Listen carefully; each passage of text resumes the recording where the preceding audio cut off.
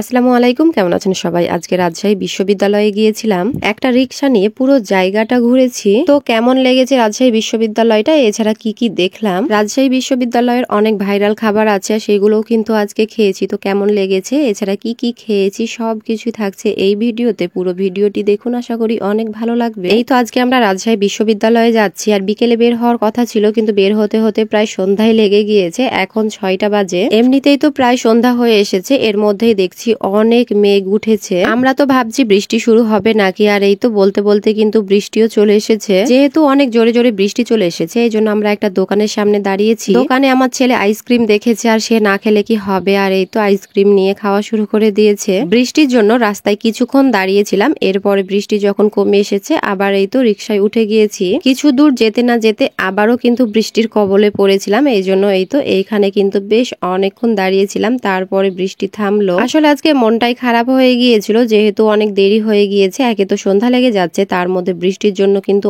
অনেকক্ষণ রাস্তাতে আটকা পড়েছিলাম। তো যাই হোক, এই তো আলহামদুলিল্লাহ আমরা কিন্তু রাজশাহী বিশ্ববিদ্যালয়ে চলে এসেছি। আমরা একটা রিক্সা নিয়ে পুরো বিশ্ববিদ্যালয়টা ঘুরেছি, আর এই তো এখন কিন্তু দেখতেই পাচ্ছেন কোথায় চলে এসেছি। সব মূর্তি এছাড়া যা কিছু দেখছেন সবকিছু নাকি এইখানের সব স্টুডেন্টেরাই বানিয়েছে হাতে। দেখতে সত্যি অনেক বেশি ভালো লাগছিল, আর ভাবছিলাম কতটা প্রতিভা থাকলে এরকম সুন্দর সুন্দর করে মূর্তি এছাড়া হাতের কাজগুলো করতে পারে। এরপর এই তো এখান থেকে বের হয়ে গেলাম, দিয়ে আবার রিক্সায় উঠে গেলাম। আসলে যেহেতু রাজশাহী বিশ্ববিদ্যালয়টা অনেক বড়, হেঁটে আসলে কভার করা যাবে না, এছাড়া ছোট ছোট বাচ্চা আছে, হাঁটা সম্ভবই না। এই জন্য আমরা রিক্সায় উঠছি, আর যেখানে নামার ইচ্ছা হচ্ছে আর কি নেমে দেখে আবারও রিক্সায় চলে যাচ্ছি আর ঘুরছি। রাস্তায় যেতে যেতে এই তো চোখে পড়লো এখানে একটা বড় মাঠ আছে, সবাই ফুটবল খেলছে। রাজশাহী বিশ্ববিদ্যালয়ের রাস্তাগুলো সত্যি অনেক বেশি ভালো লেগেছে, দুই দিকে সবুজ এছাড়া অনেক পরিষ্কার রাস্তা। আমার তো অনেক ভালো লেগেছে। তবে এই প্রথমবার যে আমি রাজশাহী বিশ্ববিদ্যালয়ে এসেছি তাই না, এর আগে কিন্তু এসেছিলাম। সেটা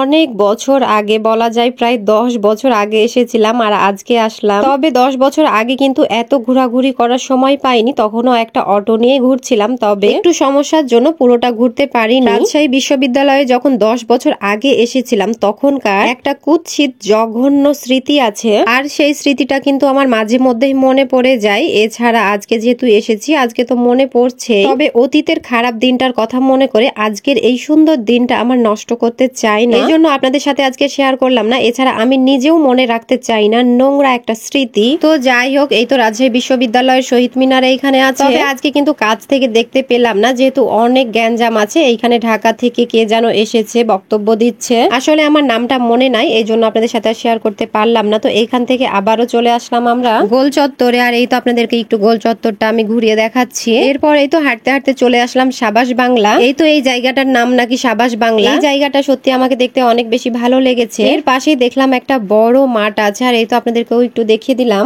এরপরে এই তো পাশেই চোখে পড়লো এই জায়গাটা আমার অনেক ভালো লেগেছে, তবে এর নামটা আসলে আমার সঠিক মনে নেই। এরপরে এই তো চোখে পড়লো আমার এই জায়গায়, আর এইটা দেখে আমার সত্যি অনেক বেশি ভালো লেগেছে। উঁচু পাহাড়ের মতো বস্তা দেখতে পাচ্ছেন, এইগুলো আসলে বর্ণার্থদের জন্য সব স্টুডেন্টেরা একসাথে সবাই মিলে এই তো সব জামা কাপড়গুলো কালেক্ট করেছে, আর এইখানে সবাই জমা করছে। এটা দেখে সত্যি আমার অনেক বেশি ভালো লেগেছে। তারপরে এই তো এরপরে এই তো ছেলেদের হল, এছাড়া অনেক হলের নাম আছে, মেয়েদের হল আছে, এছাড়া আরো অনেক বিল্ডিং আছে। সবার নাম কিন্তু আলাদা আলাদা নামে পরিচিত, কিন্তু এত কিছু আসলে আমার মনেও নেই নামগুলো আর কি, এই জন্য আপনাদের সাথে সবটাই শেয়ার করতে পারলাম না। এরপরে এই তো সন্ধ্যা হয়ে গিয়েছে, আমরা কিন্তু সন্ধ্যার আগেই প্রায় জায়গাগুলো ঘুরে নিয়েছি, আর এখন কিন্তু অন্ধকার হয়ে গিয়েছে। আসলে খুব বেশি ঘুরতে পাইনি, যেহেতু সন্ধ্যা লেগে গিয়েছিল। এরপরে এই তো খেতে চলে এসেছি। রাজশাহী বিশ্ববিদ্যালয়ের লেবু পিনিক অনেক ভাইরাল, অনেক নাম শুনেছি, ফোনে দেখেছি, কিন্তু আসলে কখনো খাওয়া হয়নি। যেহেতু কখনো আসিনি তাহলে খাবো কিভাবে, আর যেহেতু এসেছি ভাবলাম খেয়েই যাব। তবে এই তো এই মামাদের লেবু কাটা দেখে আমি সত্যি